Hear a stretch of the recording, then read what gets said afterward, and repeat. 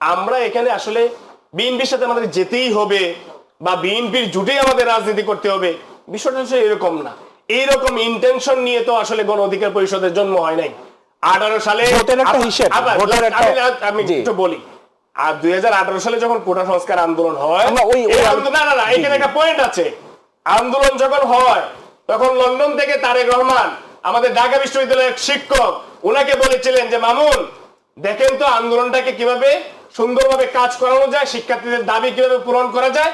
এর পরের দিন আমার রুমে তালা দেওয়া হয়েছে, ছাত্রলীগ আমার রুমে তালা দিয়েছে যে তারেক রহমানের কাছ থেকে 125 কোটি টাকা খেয়ে তোরা এই আন্দোলন করতেছিস।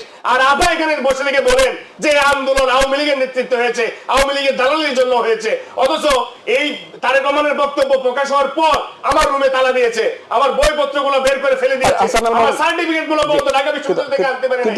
আমরা সেই ঢাকা বিশ্ববিদ্যালয় থেকে পালিয়ে এসেছি, আমরা যে বিশ্ববিদ্যালয়ে আমরা পড়াশোনা করেছি সেখান থেকে আমরা বইপত্রগুলো আনতে পারি নাই। যাযাবরের জীবন যাপন করেছি ঢাকা শহরে। আমরা এই ঢাকা বিশ্ববিদ্যালয় থেকে গ্রাজুয়েশন কমপ্লিট করে আমরা কোনদিন চাকরিতে প্রবেশ করতে পারি নাই। এরকম শত শত ছেলে। এরপরে যদি বলা হয় আমরা আওয়ামী লীগের দালাল ছিলাম, তাহলে এই আওয়ামী লীগের পতন আমাদের দ্বারা হয়েছে। আর সেই দ্বারাই আজকে বিএনপি ক্ষমতা দেওয়ার স্বপ্ন দেখছে এবং আপাতক সতে বসে থেকে আজকে আমাদেরকে আওয়ামী লীগ।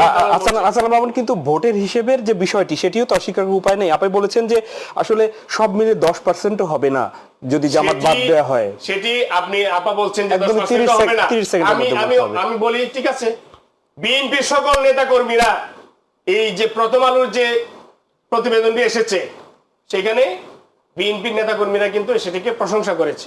প্রতিষ্ঠিত দল বিএনপি এবং জামাত, বর্তমানে আওয়ামী লীগ, আপনি অন্যরা তো একটু স্বাভাবিকভাবেই যারা আজকে থেকে রাজনীতি করেছে, সে কি আপাতত এমপি ছিলেন, তার কারণে উনি বলতে পারবেন যে সেই এলাকায় আমার প্রভাব আছে, প্রতিপত্তি আছে।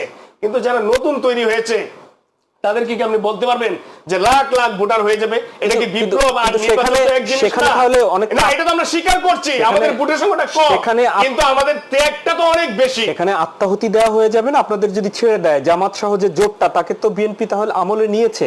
তাদের ভোটের পরিসংখ্যান বিএনপি বলছে যে কতটা তারা জানে না, সুতরাং তারা সেই রিস্কে যেতে চায় না, সেটি কিন্তু বলছে না। সেটা বলতে পারে আবার সেই বক্তব্য, ওনারা যদি জোটের কাউকে একটি আসনও না দেয় তাও তো কারো কিছু করার নাই। কিংবা আমরাও তো বলবো না যে আমাদেরকে কেন আপনি একটি আসনও দেন নাই, হ্যাঁ আমরা খুব মনক্ষুণ্ণ হয়েছি। আমরা কিন্তু মনক্ষুণ্ণের জায়গা থেকে বলি নাই, আমরা বলছি যে আমরা আনকন্ডিশনালি বিএনপির সাথে ছিলাম দীর্ঘদিন, আমাদের যুগপৎ আন্দোলনের শরীক হিসেবে আমরা ছিলাম। ধন্যবাদ। কিন্তু আমরা সেটা দাবি করতেই পারি।